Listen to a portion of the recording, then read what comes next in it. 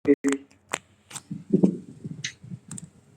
isang karangalan po muli na mangaral po ng salita ng Diyos. Dito po tayo sa Genesis chapter 4 verse 1 to 8. Genesis chapter 4 verses 1 to 8, mga kapatid. Sabi po ng Biblia, And Adam knew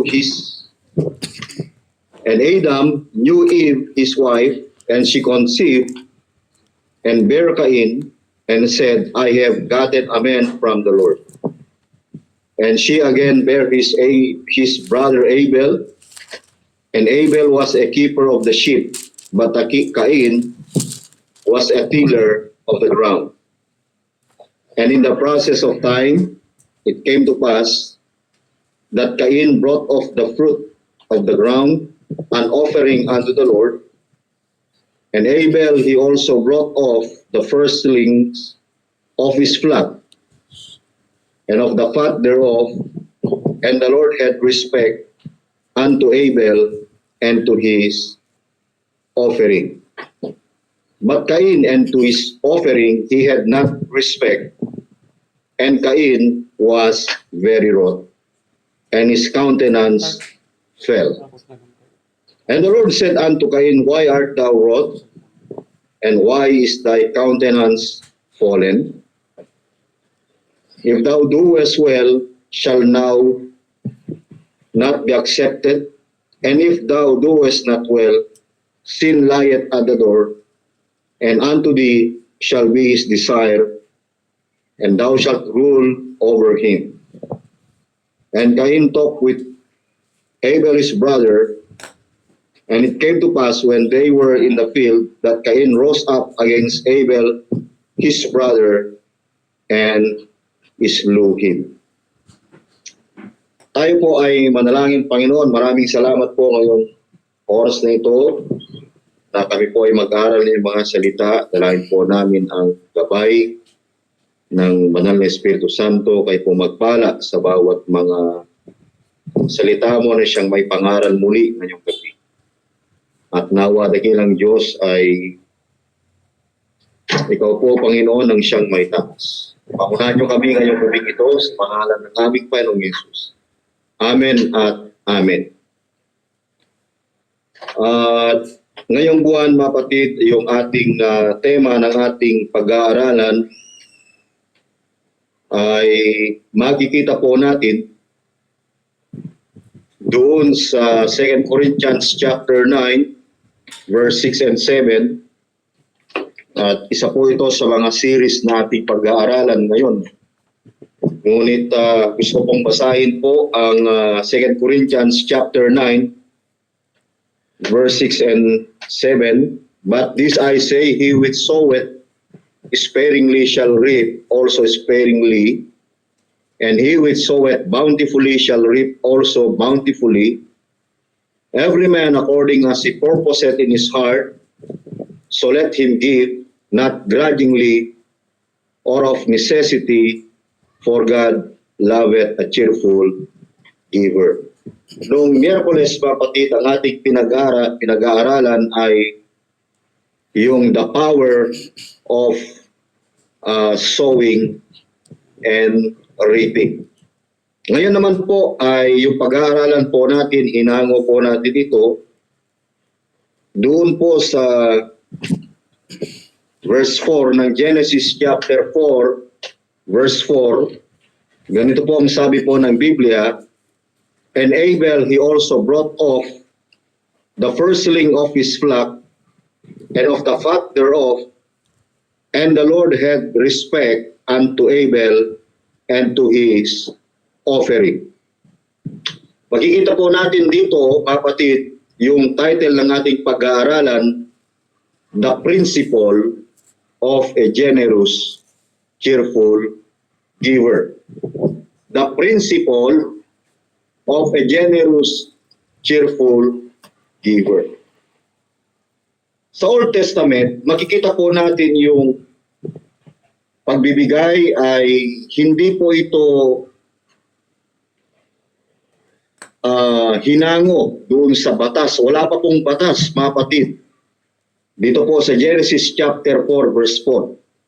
At dito, mga kapatid, ay 4 na tao pa lang po ang meron. Si Cain, si Abel, si Adam at saka si Eva. At makikita po natin dito yung prinsipyo ng isang generous, cheerful giver. Kaya wala pa pong basis ang giving po rito, pero it was already practiced by our forefathers. Ang Diyos po kasi, mga kapatid, patungkol sa pagbibigay, kung tignan po ninyo ang Hebrews chapter 11, Hebrews chapter 1, verse 1 to 4, ay ang Diyos po ay nangusap sa iba't ibang mga panahon. Sa Hebrews chapter 1, verse 1 to 4, sabi ng Biblia, God who at sundry times and in diverse manners spake in times past unto the fathers by the prophets, hath in these last days spoken unto us by his Son, whom he hath appointed heir of all things, by whom also he made the worlds. So dito, sa ating pag-aaral patungkol po sa kapanahunan, ay ang Diyos ay nagipag-usap po sa iba't ibang kapanahunan. Ang tawag po rito ay the epoch of times, or doon sa verse 1, ang sabi ng Biblia, God who at sundry times. So, epoch of times, ibig sabihin, meron pong panahon o kapanahunan. Ang ibig sabihin po niyan, yung portion of time, period of time, or period of space. Kaya ang Diyos ay nangusap una sa panahon ng mga patriarch, time of the forefathers. And then pangalawa, time of the prophets. And then pangatlo, it was in the time of the Lord Jesus Christ. So meron na pong giving po, kapatid, in the time of our forefathers, from Abel, Abraham, Isaac, Jacob, at doon kay Joseph, meron na po, pinapractice na po yan. And then in the time of the prophets, from Moses to Malachi, and then in the time of the Lord Jesus Christ, sa ating kapanahunan po ngayon, in the time of Christ, ay binanggit po pa rin sa atin yung mga pamamaraan kung paano po magkaloob sa loob ng ating mga iglesia. Pero gusto po muna natin bigyan ng pansin yung Old Testament during the time of our forefathers. Wala pa pong law po rito. Hindi pa po dumating si Moses, mga kapatid. Kaya hindi po natin pag-usapan muna yung batas ng pagbibigay. Bagaman tayo po ay nasa Old Testament. Ano po? Kaya dito makikita po natin sa verse 3 and 4, makikita po natin ang Genesis chapter 3 and 4. Sabi ng Biblia, and in the process of time, it came to pass that Cain brought of the fruit of the ground an offering unto the Lord, and Abel he also brought off the firstling of his flock, and of the fat thereof, and the Lord had respect unto Abel and to his offering. So dito sa verse 3 and 4, makikita po natin, number 1, the pattern of giving. O sa Tagalog, ang modelo ng pagbibigay.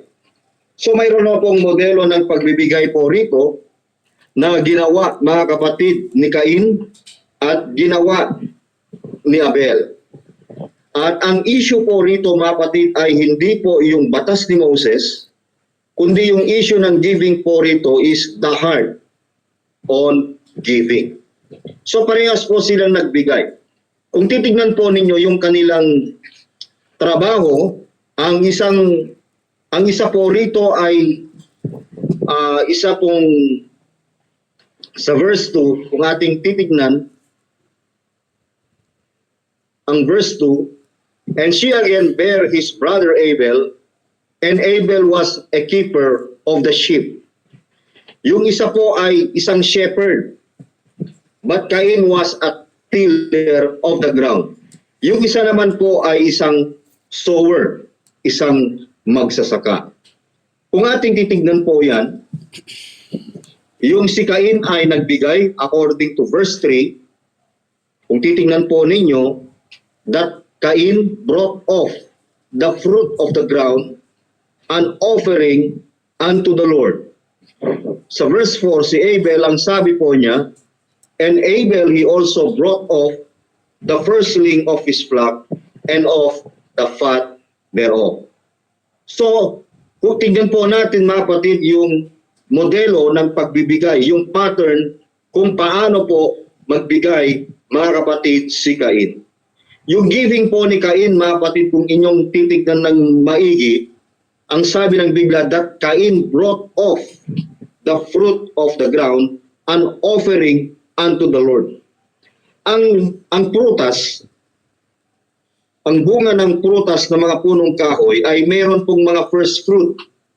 Pero ang binanggit po rito ay fruit. Hindi ho necessary first fruit yung kanyang dinala. Kundi ito lamang po ay isang bunga. Maaring yung kanyang bunga na dinala, inalay sa Panginoon ay pinulot lamang yung mga nahulog na bunga. Kaya yung kanyang pagbibigay, kung ating titignan, yung kanyang pagkakaloob ay tinawag po natin itong self-reliant. Sa kanyang sariling unawa, nagbigay po siya sa pamamagitan ng kanyang sariling unawa. Ang sabi po ng Biblia sa Proverbs chapter 3 verse 5 and 6, trust in the Lord with all thine heart and lean not unto thine own understanding. In all thy ways acknowledge him and he shall direct thy paths. So hindi ho tayo dapat maging self-reliant sa mga ibinibigay po natin o sa ating sariling kaunawan. Meron pong pattern, mga kapatid, na ibinigay ng Diyos sa pamamagitan ng ating pagkakaloob. At sana makita po natin yan ngayong gabi, mga kapatid, sa pamamagitan ng ating pag-aaral. Kaya ang issue po rito ay yung heart on giving. Hindi lamang self-reliant, kundi itong si Cain po ay self-righteous. Sariling katuwiran po ang ginamit po niya sa kanyang pag-aalay. Hindi katuwiran ng Diyos, kundi sariling katuwiran. Kung tingnan niyo po yung principle ng Matthew 6:33, but seek ye first the kingdom of God and His righteousness. Ang binanggit ng Biblia, it is not self-righteousness, but God's righteousness. But seek ye first the kingdom of God and His righteousness. It is not your righteousness, but it is God's righteousness. Ayon sa sariling katuwiran ng Diyos, mga kapatid, and all these things shall be added unto you. Kaya yung pattern ng pagbibigay o modelo ng pagbibigay ay hindi po karapat-dapat na tularan po natin ang ganitong kaisipan, ang ganitong katuwiran, ang ganitong unawa na ginawa po ni Cain. Bagaman nagbigay po siya, ngunit hindi po iginalang ng Panginoon yung kanyang pagbibigay. At makita po natin yan, yung kanyang giving ay self-reliant, self-righteous, and then self-rebellious. Kaya nga niya napatay yung kanyang kapatid doon sa last verse ng binasa natin kanina sa Genesis chapter 4 verse 7 and 8. Kung ating tinignan, if thou doest well, shalt thou not be accepted? Kung ikaw'y gumawa ng mabuti, di ba ikaw mamamarapatin? At kung hindi ka gumawa ng mabuti ay nakahandusay ang kasalanan sa pintuan sa iyo'y pahihinuhod ang kaniyang nasa at ikaw ang papanginoon niya. And verse 8, kung ating titignan yan, Cain talked with Abel his brother, and it came to pass when they were in the field that Cain rose up against Abel his brother and slew him. So, yung kanyang katuwiran, sariling kaunawaan, nagsiresulta ng rebellion, self-rebellious. Doon sa Leviticus chapter 10 verse 1, mga kapatid, kung titignan po natin yun, may mga pattern po ng giving po rito, o yung pattern ng pag-aalay. Kung ating titignan ng Leviticus chapter 10 verse 1, ang sabi ng Biblia, and Nadab and Abihu, the sons of Aaron, took either of them his censer, and put fire therein, and put incense thereon, and offered strange fire before the Lord, which he commanded them not.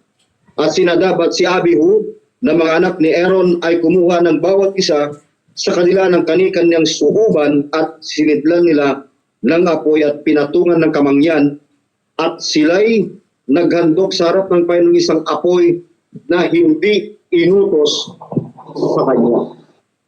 So makikita po natin, mga batid, na hindi, during the Old Testament time, ay hindi po talagang napakahigpit ng pag-aalay.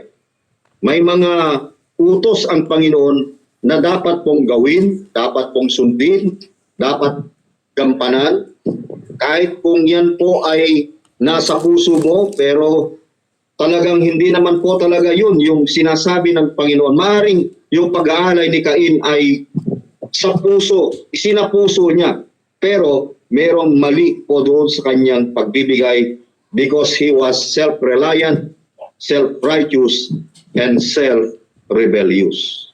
So makikita natin dito, mga kapatid, yung pagkakaiba ng kanilang pagbibigay. The pattern of giving.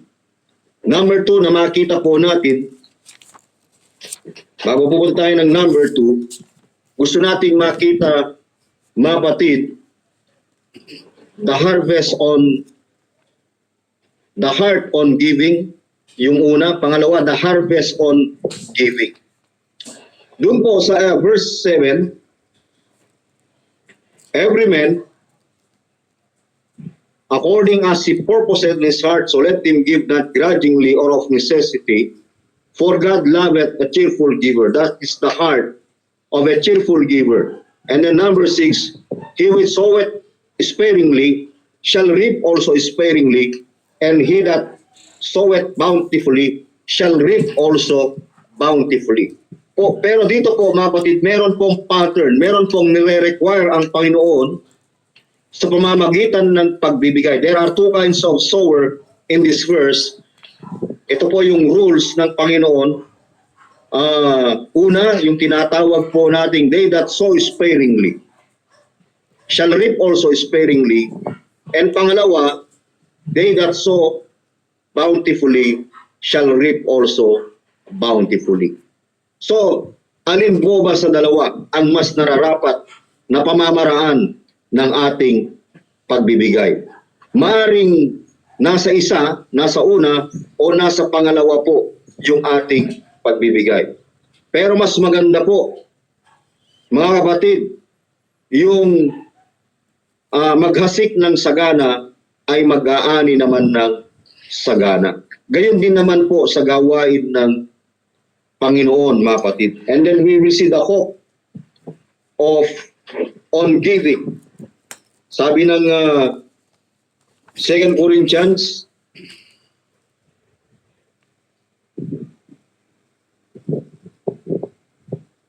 doon sa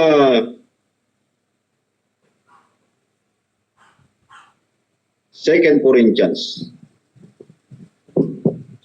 Saan na ba yun?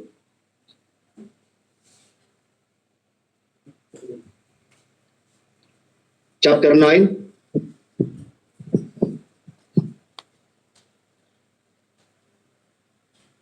2 Corinthians chapter 9 verse 8.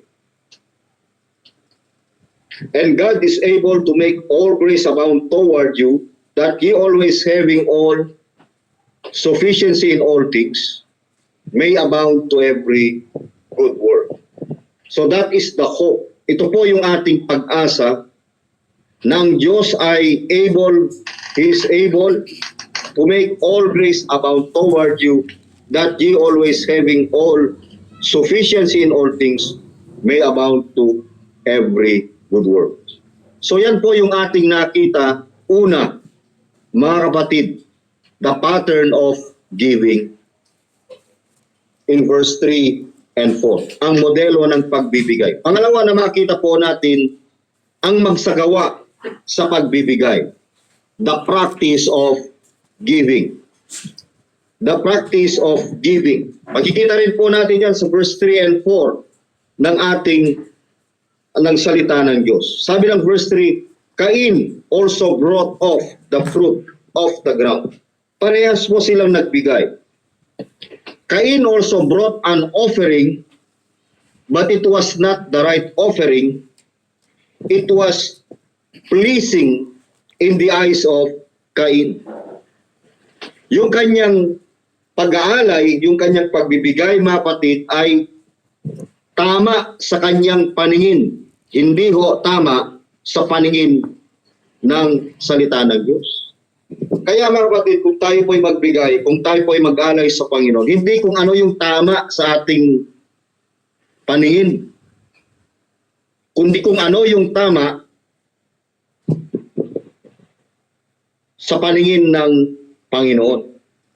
Kasi kung minsan, ang practice po natin, kung minsan kapag nagbibigay po tayo ganito pag nandiyan na yung offering plate o nagbigay na tayo, basta kung ano na lang yung binunot natin sa bulsa, yun na yun. Mali yun, mga kapatid. Bakit mali? Dapat Saturday pa lang, iniready mo na yun Pinag-pray na, hindi kung ano yung nabunot mo sa wallet mo, na pinakamababang bill, yun ang ibibigay mo, mga kapatid. Style Cain na pagbibigay yan. Alam niyo kung bakit? Sapagkat maaaring tama sa ating mga paningin, pero hindi po tama sa paningin ng Panginoon. Kaya yung kanyang pagsasagawa sa pagbibigay ay nagbunga ng disrespect. Disrespect sa Panginoon. Maaari palang ma-disrespect natin ng Panginoon. Kasi kung tayo po'y magbigay sa Panginoon, mayroong magdadala po ito ng karangalan sa Diyos, mga kapatid. Magdadala po ito magre-resulta po ito ng pagsamba, magre-resulta po ito ng pagpapasalamat, disobedience, disrespect. Yung pagbibigay ni Cain ay it was brought disrespect, disobedience, disgrace, and disaster. Kaya kung ating titignan, mga kapatid, yung disobedience, sa ibang word po yan, kung ikaw ay nagdi-disobey, sa ibang word po yan, sa Ilocano, ang sabi dyan ay perdisyon. Pero kung obedient ka, bendisyon. Sabi ng marami. Kaya yung disobedience, it brought perdition sa buhay po natin. Yung word na disgrace, and it brought disaster. Bakit? Napatay niya yung kanyang kapatid marahil nainggit po siya. Sapagkat hindi niya pinagdaan, maaring pinaghandaan yung kanyang pagbibigay sapagkat kung ano na lamang yung nabunot niyang mga prutas na nandoon, maaaring nahulog na lang, hindi man lang inihanda o hinugasan, ay yun na lamang po yung kanyang dinala at inalay sa Panginoon. Kaya yung practice po natin, mga kapatid, ay dapat po nating evaluate, mga kapatid, kung paano po tayong magbigay sa Panginoon. Sabi ng kapatid, Pastor, sa iyo na lang po ito dahil hindi naman namin kailangan. Pilay naman po ito. Kaya kung may warning ang Panginoon dun sa Jude chapter 1 verse 11, Jude chapter 1 verse 11 patungkol po kay Cain. Kaya sabi ng Biblia in Jude chapter 1 verse 11, woe unto them, for they have gone in the way of Cain, and run greedily upon the error of Balaam for reward, and perish in the gainsaying of Kore. So ibig sabihin, in the Old Testament, binanggit ng salita ng Diyos muli yung pamamaraan ni Cain, yung kanyang sariling lakad. At alam natin ito po yung kanyang sariling pamamaraan ng kanyang pagbibigay na nagbigay ng disrespect sa Panginoon, nagbigay ng disobedient, mga kapatid. Kaya sabi ng Biblia, sa aba nila sapagkat sila nagsilakad sa daan ni Cain, Balaam, dahil sa upa at napahamak sa pagsalangsang ni Kore. So nagbigay nga, but not according to the standard and will of God, it was not the right offering. Tingnan naman po natin si Abel. And Abel brought off, this is the practice of a generous, cheerful giver. And Abel brought off the firstling, kung hayop, firstling, kung prutas, first fruit, and brought off the firstling of his flock. Hindi lang basta firstling of his flock. Sabi ng Biblia, and of the fat thereof. Yung mga pinaka matataba, mga kapatid, yung kanyang dinala. Yung pinaka the best. Kaya kung tayo mag-alay sa Panginoon bilang paraan nating pagsamba, bigay po natin yung the best. Hindi mo natin dapat ibigay kung ano yung tira mo lang. Ang pangit po nun, mga kapatid. Pag nagbigay ka ng tira-tira, bigay mo yung the best. Yung una, para sa Panginoon. Kaya nandito po yung principle ng Matthew 6:33, but seek ye first the kingdom of God and His righteousness. Sapagkat kung meron man tayong gawin na bagay para sa Panginoon, ay yung katuwiran ng Panginoon yung ating hinahanap, hindi po yung ating sariling landas ng ating katuwiran. So Abel brought the right offering to the Lord, an offering pleasing to the eyes of God, according to the standard of the will of God. So nagbibigay po ba tayo na ayon sa standard ng kalooban ng Diyos?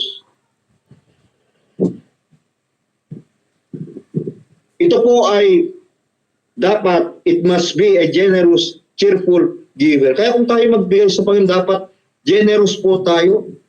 Hindi ho tayo dapat kuripot na magbigay para sa gawain ng Diyos. Bakit sino ba ang pwedeng susuporta sa gawain ng Diyos? Ibang iglesia? Hindi. Yung sariling iglesia, mga kapatid, yung members na lokal ang sariling magsusuporta. Self-supporting, self-propagating po tayo. Independent tayo, mga kapatid.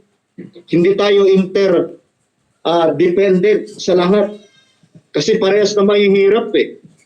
Kaya kung hindi naman pwedeng Mormons ang magsuporta sa atin, o yung Katoliko, hindi ho tayo yung pupunta dun sa mga bus station para humingi tayo, bigay tayo ng sobre sa mga bahay-bahay para masuportaan ng gawain ng Diyos. Hindi ho natin gawain yun, mga kapatid. Kaya nga, sabi ng Biblia, ay i-practice po natin yung pagiging generous, cheerful giver. Alam niyo mga kapatid, hindi ho maghihirap ang church. Hindi ho magkukumahog ang church kung matutunan lamang po natin kung paano magbigay ng tama, kung paano magbigay generously sa Panginoon. Pangalawa, it must be grateful, cheerful giver. Grateful ka. Nagbibigay ka bilang pasasalamat. Kaya tama yung sabi ng Biblia, what shall I render unto the Lord for all His benefits toward me? And then,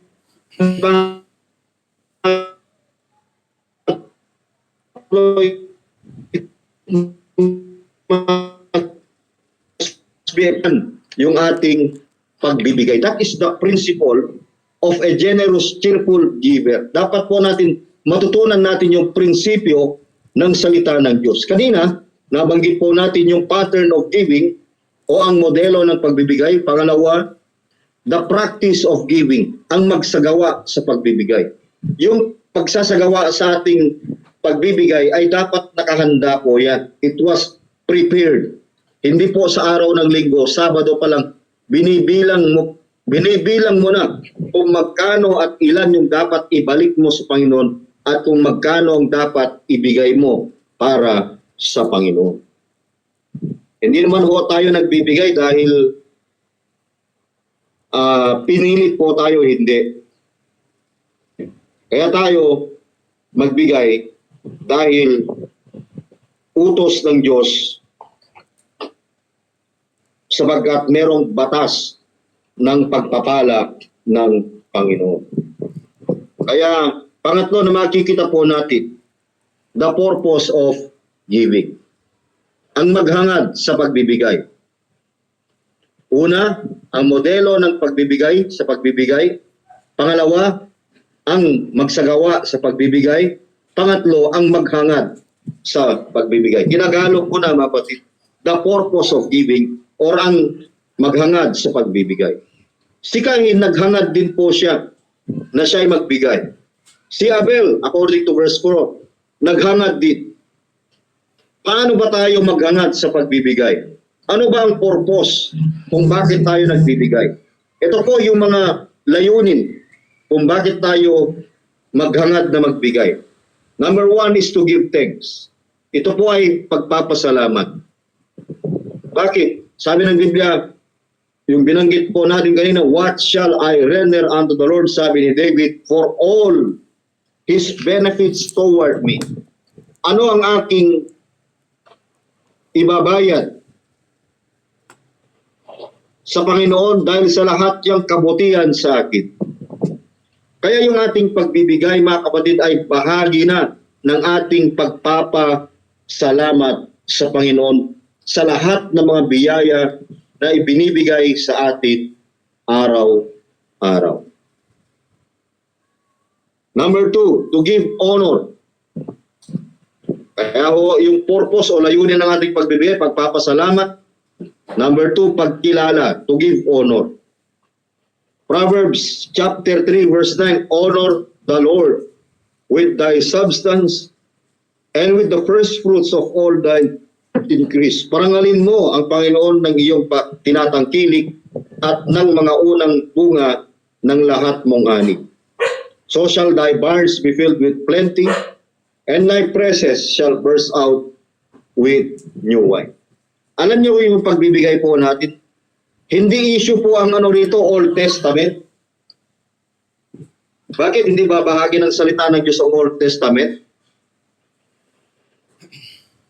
Kung yan man ay tithes, kung yan man ay increase, kung yan man ay offering, kung yan man po ay sacrificial giving, kung yan man may first fruit giving, mga kapatid, kung buo ang kaisipan po natin, na ibigay po natin yan, there is no such reason, mga kapatid, na tayo po ay mapilitan kung buo yung ating kalooban sa ating pagbibigay. Genesis chapter 4 verse 4. Pangatlong reason kung bakit tayo magbigay, Genesis 4:4. And Abel, he also brought of the firstling of his flock and of the fat thereof. Tingnan nyo maigi. And the Lord had respect unto Abel and to his offering.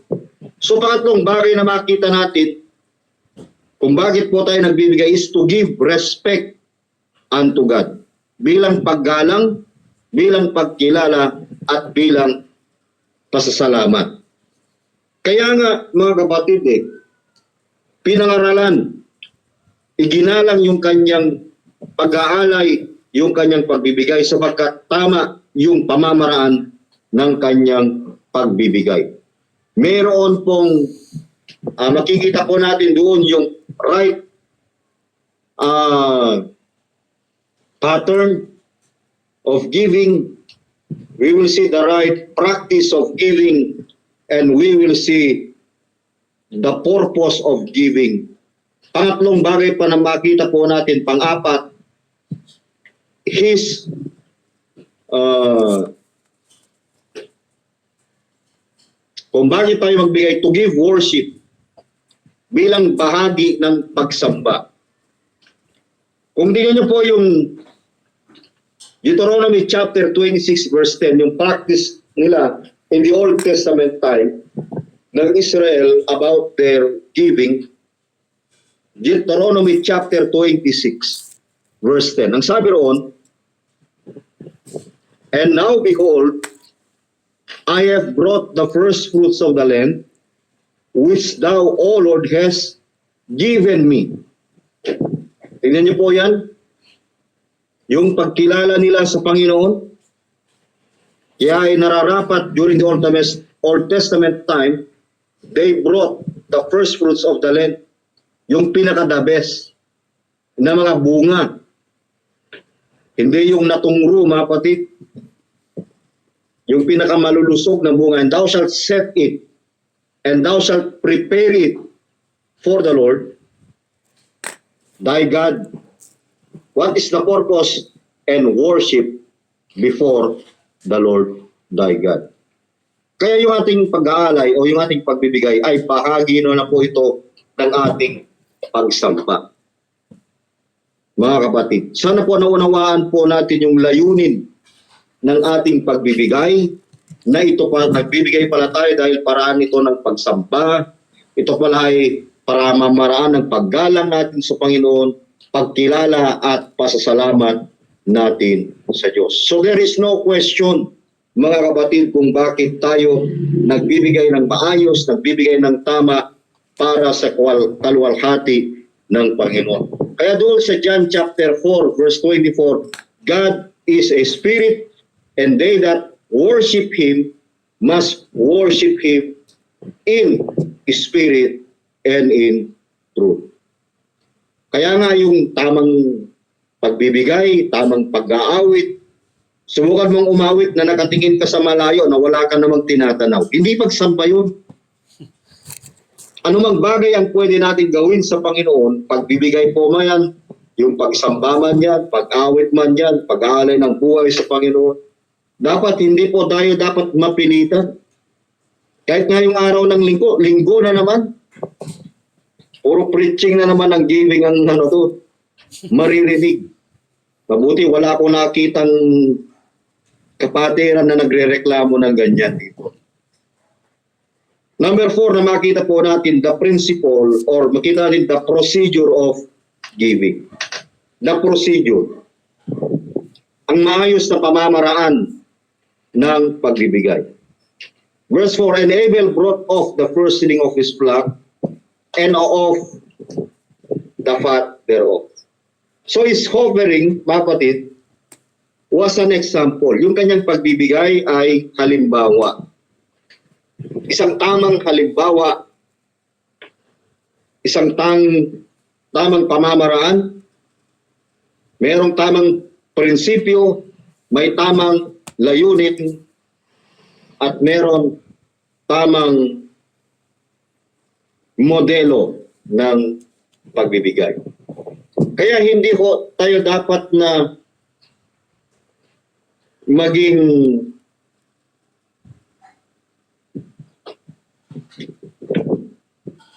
anong tawag po dyan? Dapat hindi ho maiksi yung ating kamay sa pagbibigay sapagkat hindi naman po maiksi ang kamay ng Panginoon. Kaya yung kanyang pag-aalay, his offering was an example, isang halimbawa. Number 2, his offering was enriched. Pinagyaman po niya yung kanyang pagbibigay. Bakit po generous, cheerful giver po itong si Abel? Because he brought off the firstling of the flock and of the fat thereof. Kaya tamang prinsipyo, merong principle. Kaya makita natin yung tamang procedure ng kanyang pagbibigay. What is the best principle? He brought off the firstling of his flock and of the fat thereof. Yung mga pinaka magaganda, yung walang sakit, hindi pilay, walang galis, mga kapatid, kundi isang magandang walang kapintasan, na kanyang ibinigay para sa Panginoon. It was an example of giving. His offering was an example. His offering was enriched. His offering was excellent. Kaya kung ating titingnan po yung salitang excellent, makikita natin yan sa Hebrews chapter 11 verse 4. Ni-repeat uli ng kasaysayan po sa atin yan. Mga batid, doon sa Hebrews 11:4. Anong sabi po ng Biblia? By faith, Abel offered unto God a more, anong sabi? Excellent sacrifice than Cain, by which he obtained witness that he was righteous. Hindi self-righteous. He is not self-reliant. He is not self-rebellious. But he was righteous, sabi ng Biblia, God testifying of His gifts. Ang Diyos na po ang nagpatotoo tungkol sa kanyang mga kaloob. Hindi tao ang kanyang witness, mga batid. Ang Diyos ang siyang nagtetestify. Napakagandang pamamaraan, mga batid, na dapat po nating ma-practice yung ganitong uri ng pagbibigay bilang mga mananampalataya na ang Diyos na mismo ang siyang magte-testify, magpapatotoo tungkol sa ating pagbibigay. Hindi naman natin kailangan patunayan sa tao, mga batid, kung malaki o maliit yung ating binibigay, Diyos na po ang magpapatotoo po yan. Kahit wala hong pangalan po yan, mga batid, alam ng Diyos kung nagbibigay tayo ng tama o mali. Na nagpapatotoo ang Diyos tungkol sa kaniyang mga kaloob at sa pamamagitan nito, patay na siya ay nagsasalita pa. So ibig sabihin, kahit patay na siya, kahit wala na siya, excellent pa rin, example, and rich pa rin yung kanyang pagbibigay. Kaya, salamat sa Diyos, may masalamat tayo sa Panginoon kung merong mga kapatiran na nagbibigay. Pero yung ating pagkakaloob, dapat sa ating mga leaders, makita muna yung magandang example. O, paano po natin ma-challenge sa mga kapatiran? Si Pastor, nag-preaching ng pangaral ng pagbibigay, hindi naman nagbibigay. Parang kami lang yata sinusubo sa ministry. Ang mabatid yung ating pagbibigay, hindi dahil sa Pastor, kundi ito po ay personal po nating ginagawa. Ang ganda po ng pagkasabi ng Hebrews 11:4, by faith Abel offered unto God a more excellent, napakagaling, a sacrifice than Cain, by which he obtained witness that he was righteous, God testifying of his gifts, and by being dead yet is Jesus. Hindi lamang po excellent yung kanyang pagkakaloob, mga kapatid. Pag sinabi mo excellent, in other words, splendid, superior, super, yan po yung mga word na ginamit po dyan. Admirable. Yan po yung mga meaning po ng salitang excellent. His offering was example. His offering was enriched. His offering was excellent. His offering was exceed. Exceed. Hinigitan niyo. Bakit? Binigyan na po yung the best. And of the fact thereof, sabi ng Biblia. Pag sinabi mo nag-exceed, nag-overtake, nag-overflow, nag-overload, nag-overpass, nag-overrun, yan po yung ibig sabihin ng kanyang modelong pagbibigay. Kaya ngayong gabi, mga kapatid, nawa ay nakita po natin yung buhay ni Cain at si Abel. Lalo ni si Abel, makita natin yung pattern of giving, ang modelo ng pagbibigay. Number 2, the practice of giving, ang magsagawa sa pagbibigay. Number 3, the purpose of giving, ang maghangad sa pagbibigay. And number 4, the principle or the procedure of giving, ang maayos na pamamaraan ng ating pagbibigay. At nawa mga kapatid ay maging halimbawa sa atin yung buhay ni Abel sa kanyang paglilingkod na mas hinigitan niya yung kanyang pagbibigay.